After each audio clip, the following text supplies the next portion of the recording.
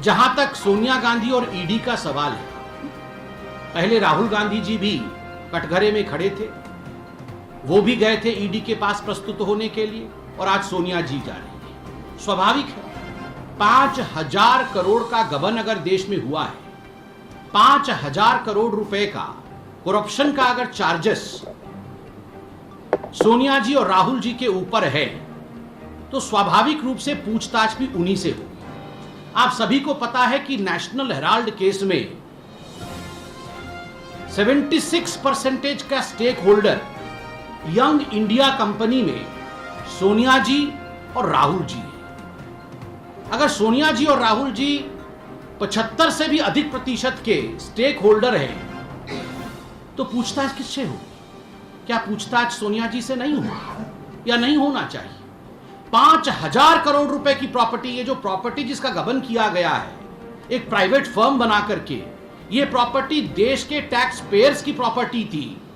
ये स्वतंत्रता संग्राम के युद्ध में जो लोग शहीद हुए थे उनके नाम पे दी हुई प्रॉपर्टी थी। उसको एक परिवार अगर हथिया लेता है अपने प्राइवेट कंपनी में, तो स्वाभाविक है प्रश्न पूछे जाएंगे और उसका जवाब हर किसी को देना पड़ेगा, जो इसमें संलिप्त है उसे देना पड़ेगा।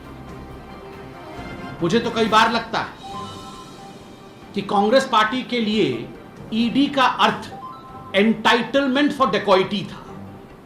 उनको लगता है कि उनके पास एंटाइटलमेंट फॉर डेकॉइटी मतलब हम डाका भी डालेंगे और हमसे पूछताछ भी नहीं होनी चाहिए। चोरी ऊपर से सीना जोरी, ये जो मुहावरा हिंदी का है, यदि किसी बच्चे को यह समझ में नहीं आ रहा है कि चोरी ऊपर से सीना जोरी इसका अर्थ क्या होता है, तो कांग्रेस के व्यवहार को देखे कि 5,000 करोड़ रुपए गबन भी करेंगे और प्रश्नों का उत्तर भी नहीं देंगे। यह होता है चोरी ऊपर से सोना जोरी, एंटाइटलमेंट फॉर डेकॉइटी। और आज जब पूछताछ होगी तो हम जवाब नहीं देंगे। और यह सत्याग्रह का ड्रामा, कल जो चिट्ठी कांग्रेस पार्टी ने लिखा है अपने तमाम अध्यक्षों को, अपने तमाम नेताओं को, कि आप सभी गांधी जी के स्टैचू के नीचे, महात्मा गांधी जी के प्रतिमा के नीचे खड़े होकर सत्याग्रह करें। This is height of hypocrisy. ये दोगलापन की पराकाष्ठा है। आप सोच के देखिए, महात्मा गांधी, उनके नाम को धूमिल करने के लिए उनके छवि के नीचे जिन लोगों ने भ्रष्टाचार को बढ़ावा दिया है वो तथाकथित सत्याग्रह करेंगे। आप सोच के देखिए, महात्मा गांधी बापू जो राष्ट्रपिता है, मुझे तो लगता है वो जहां से भी देख रहे होंगे कांग्रेस के इस चरित्र को, उन्हें भी लग रहा होगा कि जो मैंने कहा था कि कांग्रेस को उस समय डिसॉल्व हो जाना चाहिए, समाप्त हो जाना चाहिए, वो बिल्कुल सही था। बंधुगण, ये जिस प्रकार का कमोशन आज कांग्रेस पार्टी कर रही है, देश बंद करने का प्रयास, हर जगह झड़प करने की प्रयास, ट्रैफिक रोकने की प्रयास, सत्याग्रह के नाम पे they are trying to spread all kind of commotion. Sonia ji, we don't want commotion, we want confession. Commotion की आवश्यकता नहीं है, आज कन्फेशन की आवश्यकता है। 5,000 करोड़ रुपए का गबन हुआ है, यह पूरा मामला कोर्ट में भी गया है, आज उसमें पूछताछ हो रही है।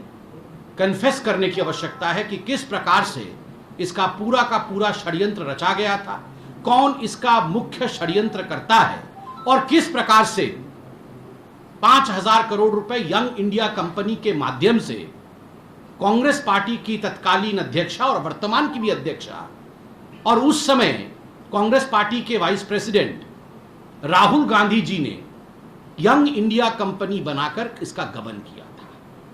बड़े बड़े दिग्गज वकील कांग्रेस पार्टी के इस केस को खारिज करने के लिए सुप्रीम कोर्ट तक गए थे, मगर सुप्रीम कोर्ट ने सुनवाई करने के पश्चात इस केस को खारिज नहीं किया, because on the merits this case is a very important case. तो स्वाभाविक है ये सेंस ऑफ एंटाइटलमेंट देश में काम नहीं करेगा।